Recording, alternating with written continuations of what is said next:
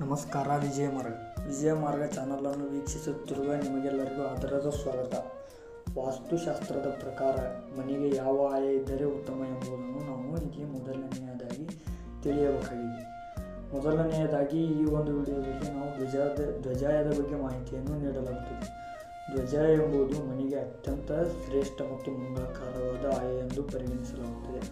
ಮನೆ ಕಟ್ಟುವಾಗ ಅಥವಾ ಮನೆಯ ಅಳತೆ ನಿರ್ಧರಿಸುವಾಗ ಒಟ್ಟು 8 ಪ್ರಕಾರದ ಆಯಗಳನ್ನು ಲೆಕ್ಕ ಹಾಕಲಾಗುತ್ತದೆ. ಅದರಲ್ಲಿ ಮೊದಲನೆಯದು ಧ್ವಜಾಯ.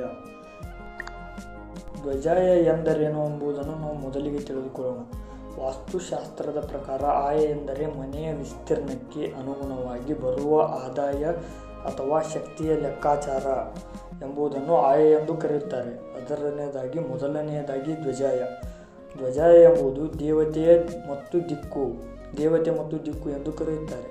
ಧ್ವಜಾಯದ ಅಧಿಪತಿ ಇಂದ್ರ. ದೇವ ಮತ್ತು ಪೂರ್ವ ದಿಕ್ಕನ್ನು ಪ್ರತಿನಿಧಿಸುತ್ತದೆ. ಶುಭ ಫಲಗಳು. ಧ್ವಜಾಯದಲ್ಲಿ ಮನೆಯನ್ನು ನಿರ್ಮಾಣ ಮಾಡಿದರೆ ಸಮಾಜದಲ್ಲಿ ಕೀರ್ತಿ, ಯಶಸ್ಸು, ಅಧಿಕಾರ, ಉತ್ತಮ ಆರೋಗ್ಯ ಮತ್ತು ಸಂಪತ್ತು ಲಭಿಸುತ್ತದೆ.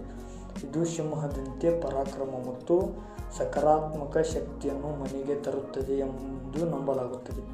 ಧ್ವಜಾಯದ ಲೆಕ್ಕಾಚಾರ ಯಾವ ರೀತಿ ಮಾಡುವುದಾದರೆ, ಮನೆಯ ಒಟ್ಟು ವಿಸ್ತೀರ್ಣ ಅಂದರೆ ಉದ್ದ ಇಂಟು ಅಗಲ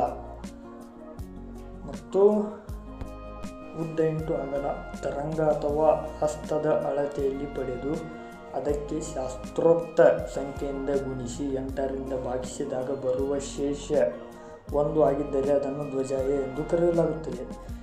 ಇದರ ವಿಶೇಷತೆ ಏನು ಎಂಬುದನ್ನು ನೋಡುವುದಾದರೆ, ಮನೆಗೆ ಧ್ವಜಾಯವನ್ನು ನಿರ್ಧರಿಸುವಾಗ ಮನೆಯ ಮುಖ್ಯ ದ್ವಾರ ಮೇನ್ ಡೋರ್ ಪೂರ್ವ ಮತ್ತು ಉತ್ತರ ದಿಕ್ಕಿನಲ್ಲಿದ್ದರೆ ಅದು ಅತ್ಯಂತ ಗರಿಷ್ಠ ಫಲವನ್ನು ನೀಡುತ್ತದೆ. ನಮಸ್ಕಾರ ಸ್ನೇಹಿತರೆ, ಮನೆ ಕಟ್ಟುವಾಗ ಧ್ವಜಾಯ ಅಂದರೆ ಏನು, ಅದರಿಂದ ಏನು ಲಾಭ ಅಂತ ನಿಮಗೆ ಗೊತ್ತಾ? ವಾಸ್ತುಶಾಸ್ತ್ರದಲ್ಲಿ ಒಟ್ಟು 8 ಆಯಗಳಿದ್ದು ಅದರಲ್ಲಿ ನಂಬರ್ 1 ಸ್ಥಾನವನ್ನು ಇರೋದೇ ಧ್ವಜಾಯ.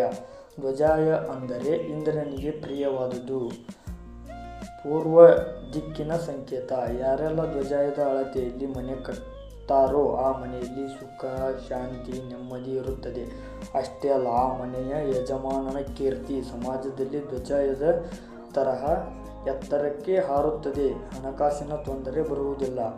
ನಿಮ್ಮ ಮನೆಯು ಧ್ವಜಾಯದಲ್ಲಿದೆಯೇ ಅಂತ ವಾಸ್ತುತಜ್ಞರಿಂದ ಒಮ್ಮೆ ಪರೀಕ್ಷಿಸಿಕೊಳ್ಳಿ. ಈ ಮಾಹಿತಿ ಇಷ್ಟ ಆದರೆ ವಿಡಿಯೋ ಶೇರ್ ಮಾಡಿ, ನಮ್ಮ ಚಾನಲನ್ನು ಫಾಲೋ ಮಾಡಿ.